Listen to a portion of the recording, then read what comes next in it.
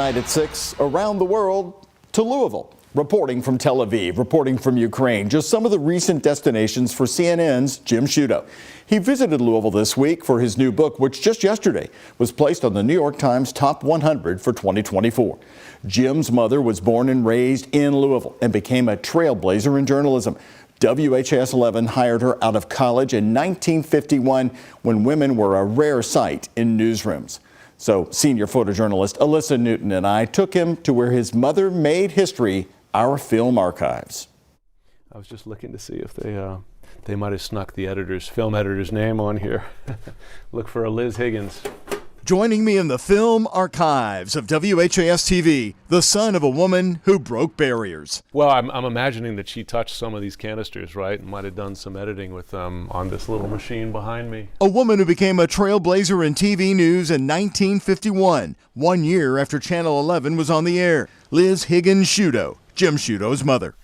Well, it makes me feel like I'm keeping her alive a little bit. And now at age 54, Jim is doing just that. And it often ends with violence. First for 13 years at ABC News, joining the network at age 27 as a foreign correspondent under anchor Peter Jennings. And then later, Louisville's Diane Sawyer. And ABC's Jim Sciutto was in the courtroom. He and his lawyers were confident that the judge would grant bail. He's now at CNN as anchor and chief national security analyst. With pollster and communication strategist Frank Luntz. How do you say the city's name? Louisville. I'm smart enough to know that. I'm smart enough to know that's the only way to pronounce it. It's actually funny on the air when Louisville's been in the news, and my colleagues will say Louisville, and I'll always correct them on the air, quietly, subtly, politely, and say, well, that's Louisville, Kentucky. Jim was born in New York, but his mother was all Louisville. We came back at least a couple times a year. We would spend Christmas here a lot. I grew up going to Lakeside, swimming in Lakeside. Ursuline Academy for high school and a U of L grad. Liz was hired at WHAS-TV right out of school. She knew that at the time it was not a common thing for a young woman to do. And she always talked about how she was in a boys' club. The late Milton Metz of WHAS-TV and radio always told me about Sciutto's mother, that she was the first woman to be a film editor in a TV newsroom in America, working at these original film editing machines that we still have. She described it as not an easy time to be a woman in the business, right? You know, that she was breaking through, right? And but that she was welcomed by folks like Milton Metz, who she maintained these relationships with many, many years later. And they were champions of her at the time.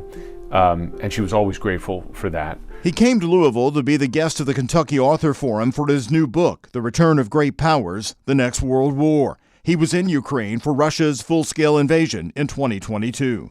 The difficulty is that Russia and China have decided it's in their strategic interests to weaken the United States and weaken its allies and weaken the world order that the U.S. has helped build. This is World News Tonight with Peter Jennings. At ABC News, the late anchor Peter Jennings made his name as an international correspondent. Getting Peter's okay to be on his show was not an easy thing to do. Jennings personally edited all of the scripts, was hands-on. If it was a piece for his show, there was no insulator between you and him. Like, he would deal with you directly. So he would let you know as a courtesy or just as he was changing things? This is my show, and if you want to be on my show, you got to meet my standards for the show. Through every test, Jim's mother was always with him in spirit.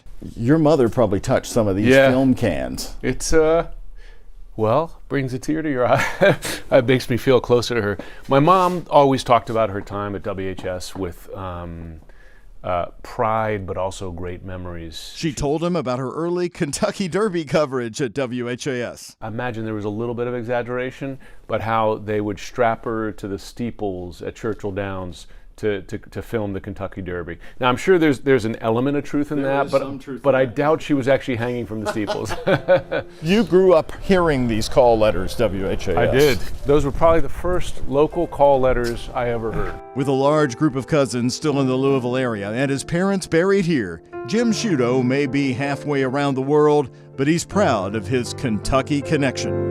Decades later, having become a New Yorker, Louisville was always home, and she was always grateful that this place and WHAS had given her start.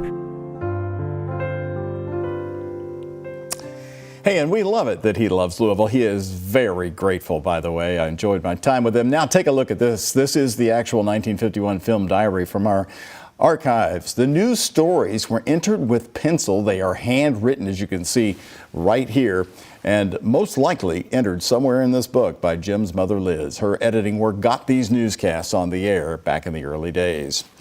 And I also asked Jim what it was like to work as a 27-year-old for ABC News and the legendary Peter Jennings, and then Louisville's Diane Sawyer. Jennings was personally and heavily involved in every facet of his newscast, and at first would not put Sciutto on World News Tonight.